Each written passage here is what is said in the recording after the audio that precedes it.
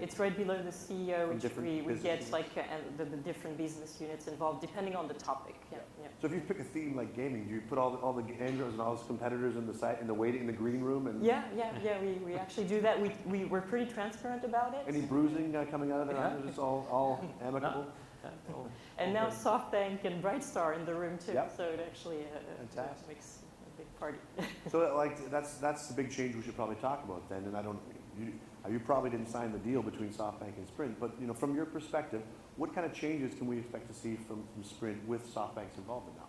Yeah, so what we're doing today is collaborating tightly actually on what are some of the things we're seeing that might be useful for the Japanese market, or conversely, things that have worked in Japan that might work for the US. So the tight collaboration there has been a lot of fun too, to kind of discover each other's home market in different eyes. And so that's a day-to-day change that we're seeing. Yeah. Anders, do you believe, do you feel like, hey, there's opportunity for me in Japan now, maybe, if I prove my case in Kansas? Certainly. Only time will tell. I mean, we're expanding rapidly in all markets, so Japan is next for us. So tell me about that, your expansion, the current state of affairs for you. You deal strictly through carriers? Is that kind of your channel for business? We've been dominantly focusing on carriers, yes. And so, how many can you disclose, or how many deals can you tell me about? Oh, besides the U.S., we're with Verizon, Sprint. Brazil, we cover all 4 major carriers. Wow. Also have a significant deal we've announced with the Singtel Group, which covers all their 400 or 800, 450 million customers. All around Asia, yeah. Yeah, there's 7 operating properties we're launching. So I want to tie it back once again to the telephonic conversation with Sue, and she was saying that in the developing markets, like Latin America and such, there's an opportunity to kind of be the first experience that gets presented to customers.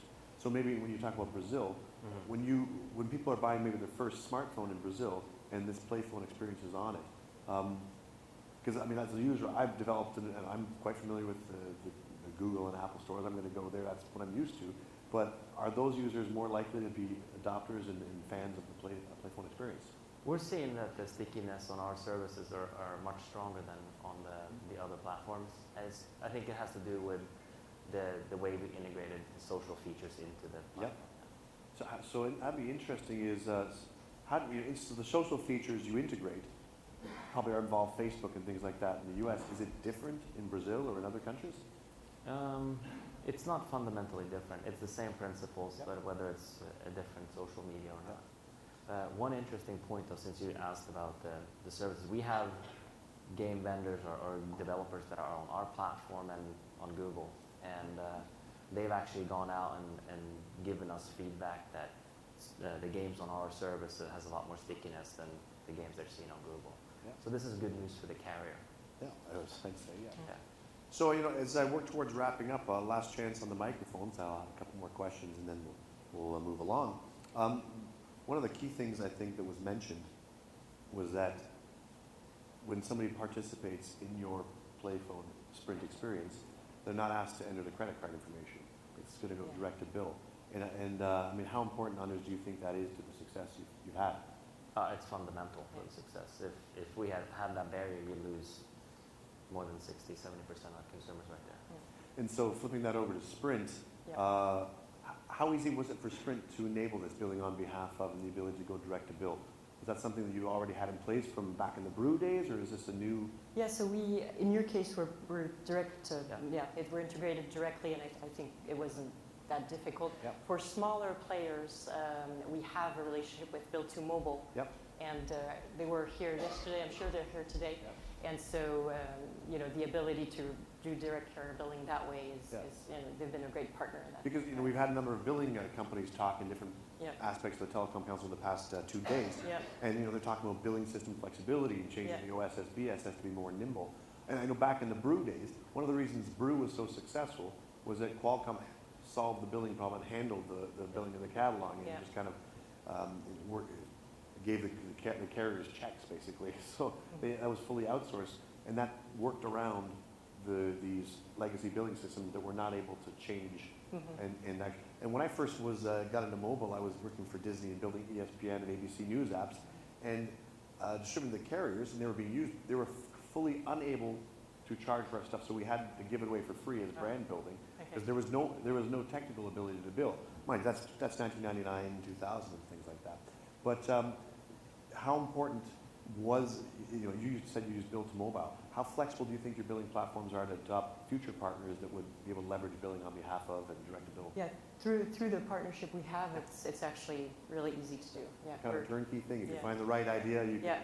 Yeah, and the product manager I was talking to made the point to actually say, instead of having a small company having to hire a full-time person to actually do all the settlements in the back end every month with Sprint, they can just the fee of bill to mobile doesn't come out to it's like a quarter of a person a year. So this is such a power position for anyone, carriers for sure, but anyone who has the billing information. To not leverage it more deeply would seem like almost a crime. Because, that's why is Apple in the application business? And, followed by Google, because they had iTunes selling music to iPods, and you had the credit card number. There might be more to it than that. That's a huge piece of it. So we have a question on the right-hand microphone. So. Quick, short question.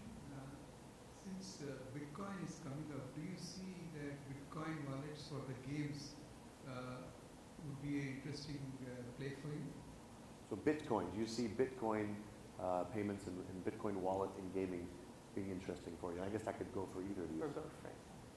From a PlayPhone perspective, no. We are utilizing our own virtual currency and tapping and tying that into the carrier's billing system. So Bitcoin has not been of interest for us at this point. Not for us either, given some of the flaws that have happened around that. So not at this point.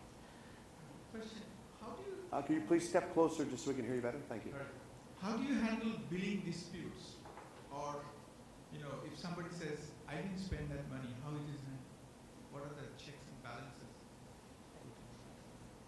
I can answer. So do you want to answer for PlayPhone now? So there's multiple channels here. The first route where the consumer signs up for our service, they're notified through text messages that they have signed up for such a service.